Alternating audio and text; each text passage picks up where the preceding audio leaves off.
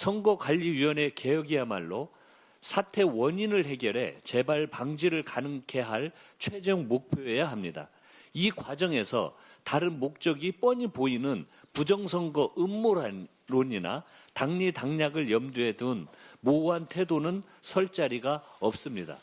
이재명 대통령께서 원포인트 개헌 가능성까지 언급한 까닭은 이번 사태를 철저히 국민 눈높이에서 다뤄야 한다는 뜻으로 여겨집니다.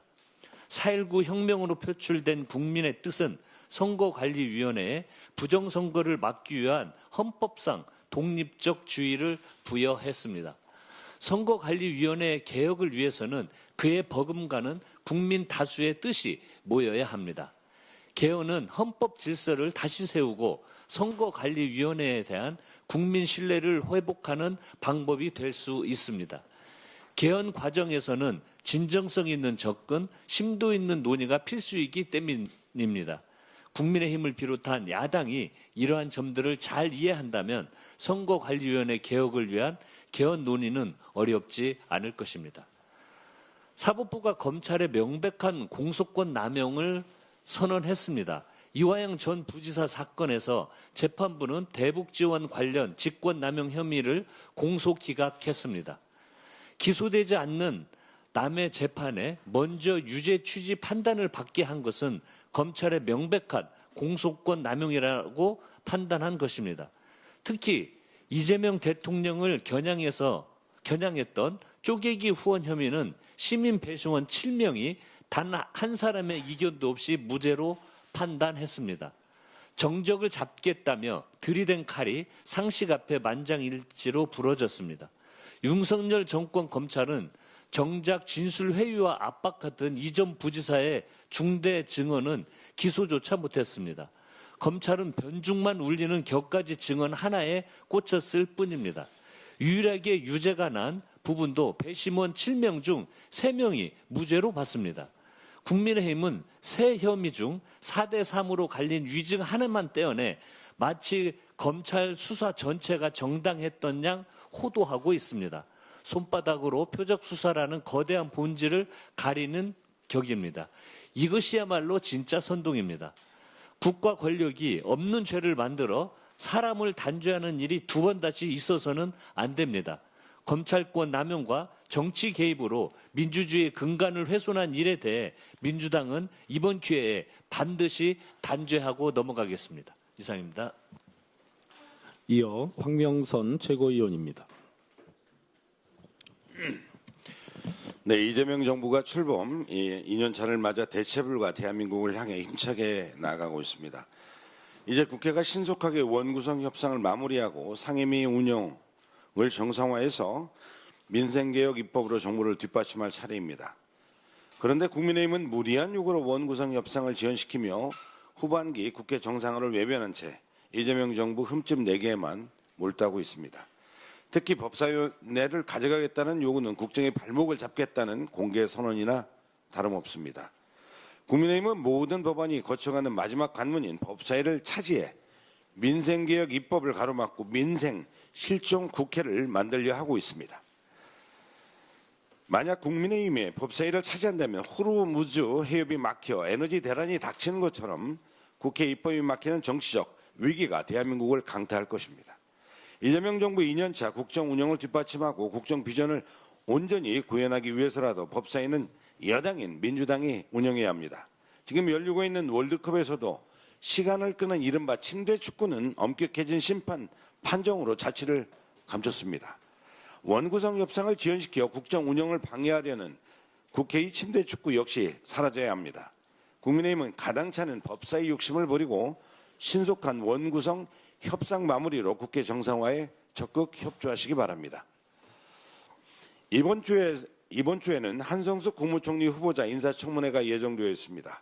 한 후보자는 이재명 정부 2기 내각을 이끌며 국정과제를 강력히 추진할 혁신형 총리 후보자입니다. 기업 현장을 누벼온 경제통으로서 시대적 과제인 AI 대전환과 모두의 성장을 완수할 적임자입니다. 2006년 한명숙 총리 이후 20년 만에 역대 두 번째 여성 총리이기도 합니다. 한 후보자가 민간에서 쌓은 혁신의 경험을 혁신 국가의 토대로 확정해 줄 것으로 기대합니다.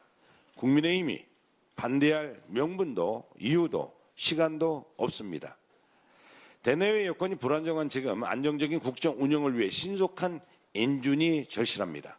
국민의힘은 대통령이 임명한 후보자라면 일단 흠집부터 내고 보려는 구시대적 정쟁 의식이 자멸의 지름길임을 명심해야 할 것입니다.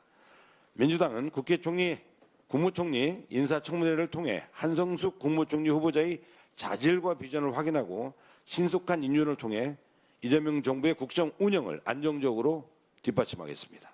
이상입니다. 다음으로 강덕구 최고위원이 발언합니다. 선거관리 부실의 문제점을 드러낸 선관위의 무능은 기관 운영의 여러 문제로까지 확산되고 있습니다. 한 번 터지니 본물 터지듯 쏟아지고 있습니다. 분명한 점은 선관위는 독립된 헌법기관이라는 이유로 지금까지 누구의 견제도 받지 않았다는 점입니다. 견제받지 않은 권력은 당연히 썩게 마련입니다. 그리고 위험해집니다. 선관위라고 애일 수는 없습니다.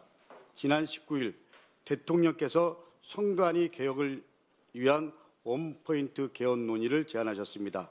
필요하다면 대통령께서 개헌안을 발의하겠다는 뜻도 분명히 밝히셨습니다. 대통령의 분명한 개혁 의지를 확인할 수 있었습니다. 우리 민주당도 조금 전에 정청래 대표께서 말씀하시는 것과 동일합니다. 이제 여야 정당이 분명히 화답할 차례입니다. 선관위 개혁은 이제 시대의 요구이고 그리고 국민의 요구이고 그리고 그렇게 가야 합니다. 헌법이 울타리 뒤에 숨어 있었던 선관위 개혁을 위해서는 이제 개헌이 불가피합니다. 독립은 보장하되 책임을 강화하는 것, 그것은 당연히 가야 할 길입니다. 권한은 존중하되 견제는 가능해야 합니다. 또 그렇게 가야 합니다. 민주당은 이미 다각도로 검토 중에 있습니다. 국민의힘을 비롯해 제 정당은 선관위 개혁을 위한 개헌 논의에 적극 동참하시기 바랍니다. 어제 법무부가 교종미래혁신단 출범을 밝혔습니다. 교종본부를 독립시켜 교종청으로 승격하고 그리고 교종시설 과밀수용 문제를 해결하겠다는 것입니다. 올해 전국 교종시설 평균 수용률은 125.8%라고 합니다. 교종시설 과밀수용은 오래전부터 제기돼 왔던 문제입니다. 수용자 인권 침해 논란과 교정기능 약화로 이어졌습니다. 누군가는 왜 수용자 인권에 신경 쓰냐고 물을지도 모르겠습니다만 교도소 안이 무너지면 교도소 밖도 안전하지 않습니다. 교정기능 강화는 수용자의 재범을 막고 그리고 피해자를 줄이기 위한 선택이고 사회 안전망의 문제입니다. 인권은 보편적인 권리이고 그리고 가치입니다. 낮은 곳의 인권까지 지키는 나라가 높은 수준의 민주주의를 가진 나라입니다. 국회에 이미 교종청 신설 법안이 제출되어 있습니다. 민주당은 신속한 법안 통과를 위해 최선을 다하겠습니다.